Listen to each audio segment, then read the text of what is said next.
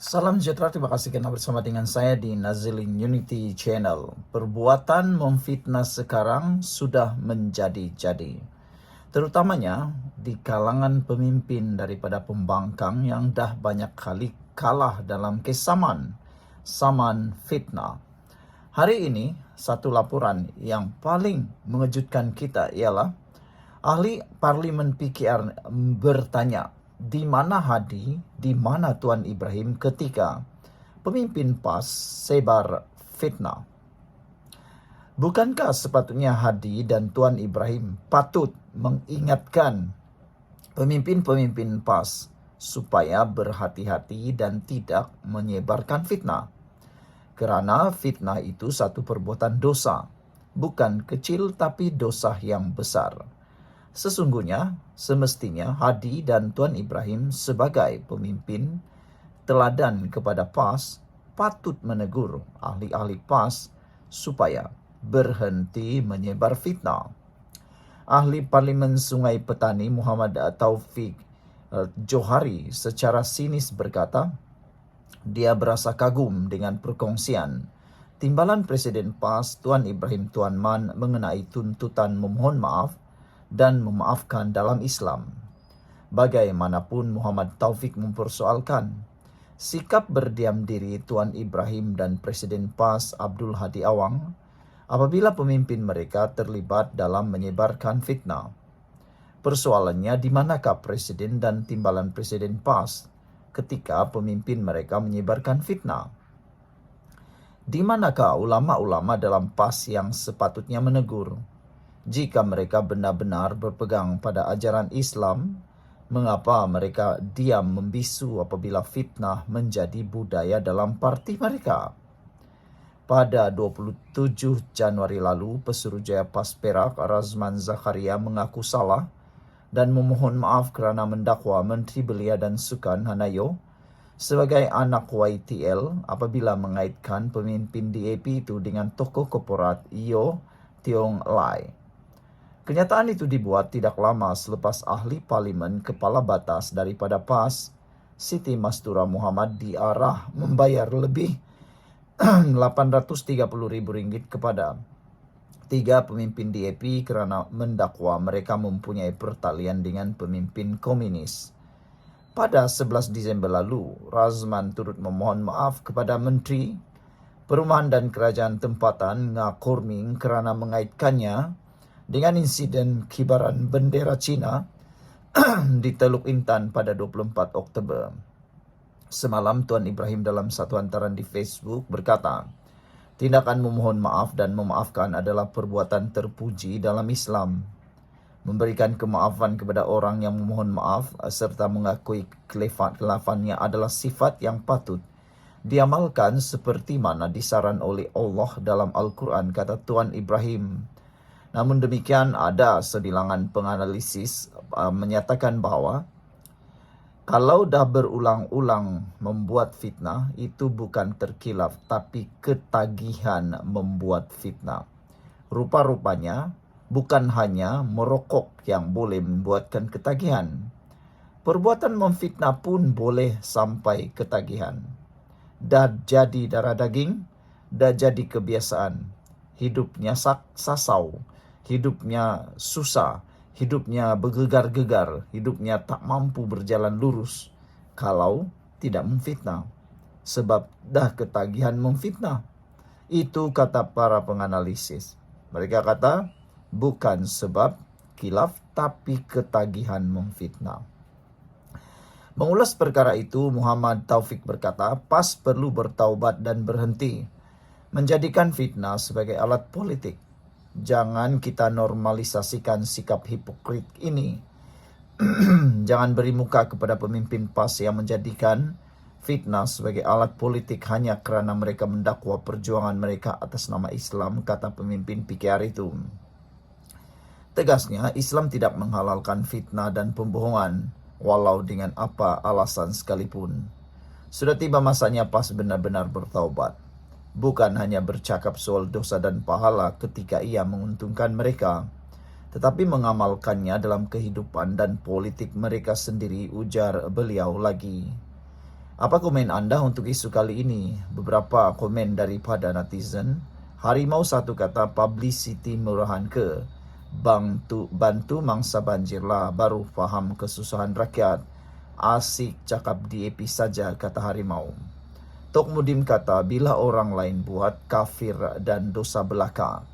Tapi bila ahli parti PAS sendiri yang buat, itu bukan dosa, cuma kilaf semata. Malah diselindungi dosa mereka itu dengan istilah-istilah seperti jihad dan bertanggung jawab sesama ahli. Padahal ada kepentingan yang tersembunyi, tak mahu hilang kerusi. Orang lain semua dikira ahli neraka. Ahli PAS sahaja yang maksum dan ahli surga. Sudah serupa parti ajaran sesat, kata Tok Mudim. Black Panther kata, Hadi dan Tuan Ibrahim sedang cuti tahun baru Cina sampai cap gome, kata Black Panther. Sekian dulu untuk kali ini. Jangan lupa tinggalkan komen Anda. Salam sejahtera, terima kasih karena bersama dengan saya di Nazilin Unity Channel. Najib tak layak dikasihani, kata NGO. Sebelum kita teruskan ulasan ini, tinggalkan komen Anda. Wajibkah Najib dikasihani karena sumbangan dan juga budi dan juga pencapaian Najib sebagai Perdana Menteri ataupun tidak? Menurut NGO ini, Najib tak layak dikasihani. Sempena ulang tahun pertama Najib Razak diberikan pengampunan sabitan rasuah menyelewengkan dana SRC Internasional. 4 NGO berkata, bekas Perdana Menteri itu tidak layak menerima belas kasihan. Hari ini ulang tahun pertama Najib Razak diberi pengampunan, kata kumpulan itu pada satu kenyataan bersama.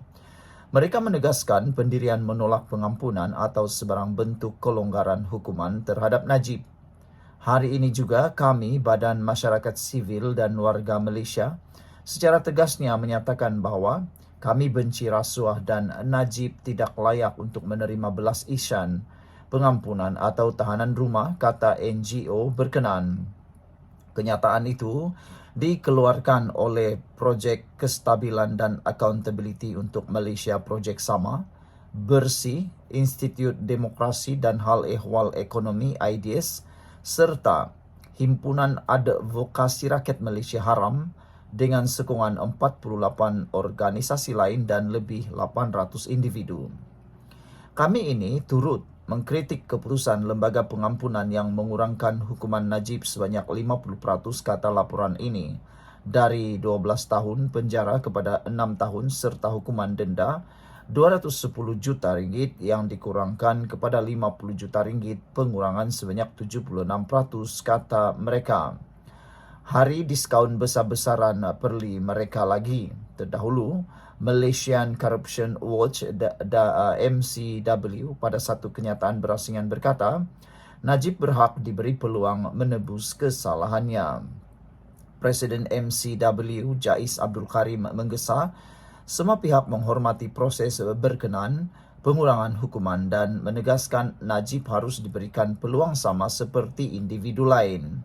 Namun rata-rata netizen tidak menyokong kenyataan atau tidak menyokong idea Presiden MCW tersebut. Kata mereka, kalau nak beri peluang sama kepada Najib, kata mereka, bayar dulu hutang yang sudah diseleweng diguna itu, atau biar sampai hukumannya selesai, kata mereka.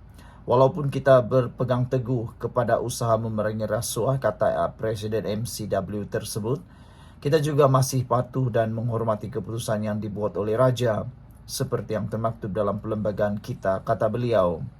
Namun 4 NGO tersebut menolak keras pandangan ini dan menegaskan Najib masih berdepan perbicaraan lain berkaitan pecah amanah serta salah guna kuasa. Najib tidak pernah mengaku bersalah dalam mana-mana kes ini, kata mereka.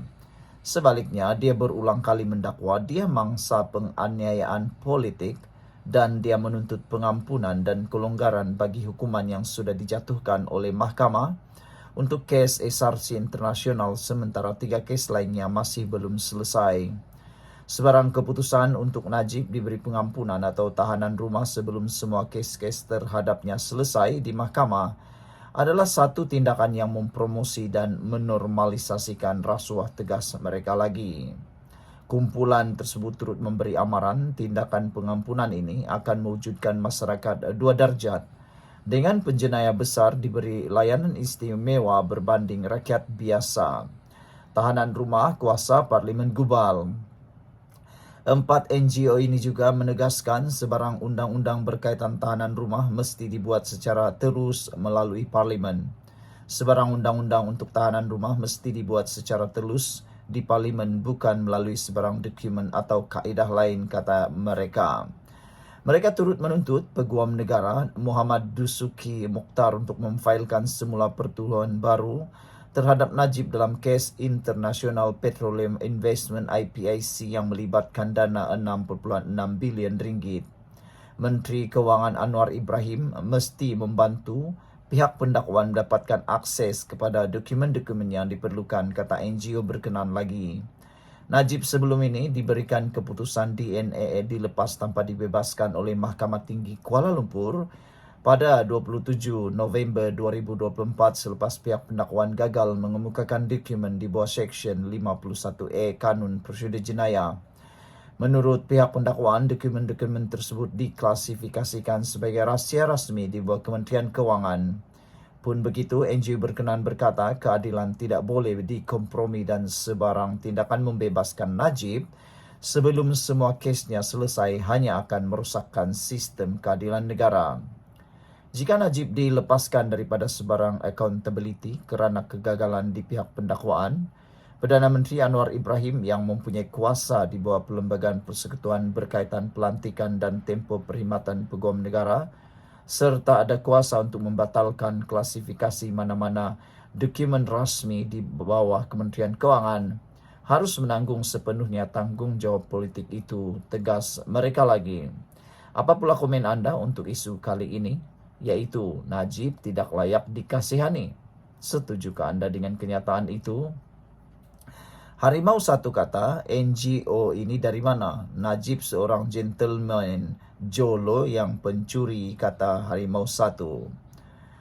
Macam-macam lagi lah pendapat daripada netizen berkait dengan isu ini. Tinggalkan komen anda. Adakah anda juga setuju dengan keputusan NGO ini? Najib tak layak dikasihani.